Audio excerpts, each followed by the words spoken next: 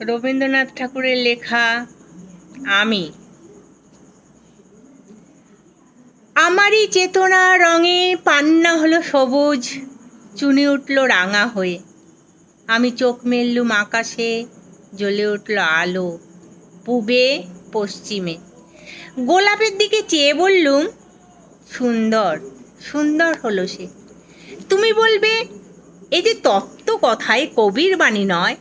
আমি বলবো, এ সত্য, তাই এ কাব্য। এ আমার অহংকার। অহংকার সমস্ত মানুষের হয়ে।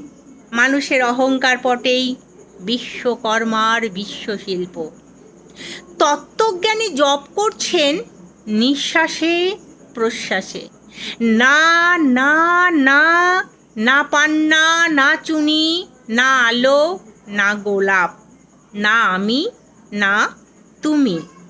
ওদিকে অসীম যিনি, তিনি স্বয়ং করেছেন সাধনা মানুষের সীমানায়। তাকেই বলে আমি।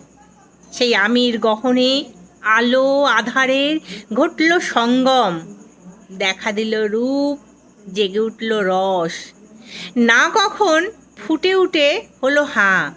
মায়ার মন্ত্রে, রেখায় রঙে, সুখে দুঃখে। একে বলো না তত্ত্ব। আমার মন হয়েছে পুলকিত।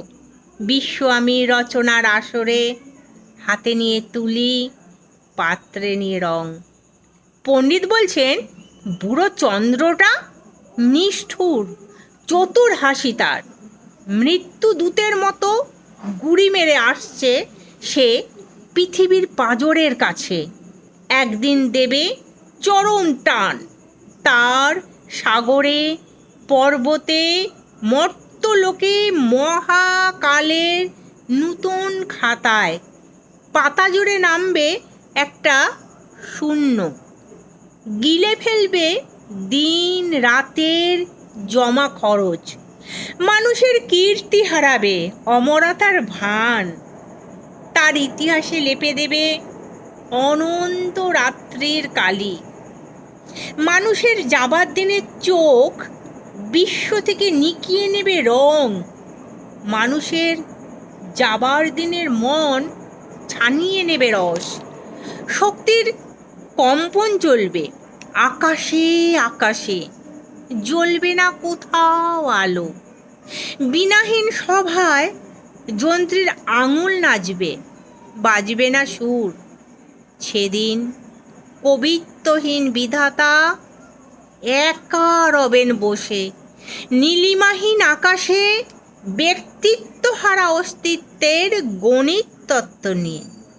তখন বিরাট বিশ্বভুবনে, দূরে দূরান্তে, অনন্ত অসংখ্য লোকে লোকান্তরে এ বাণী ধ্বনিত হবে না কোনোখানেই। তুমি সুন্দর, আমি ভালোবাসি। বিধাতা কি আবার বসবেন সাধনা করতে? যুগ যুগান্তর ধরে প্রলয় সন্ধ্যায় জপ করবেন, কথা কও, কথা কও। বলবেন, বলো তুমি সুন্দর। বলবেন, বলো আমি ভালোবাসি।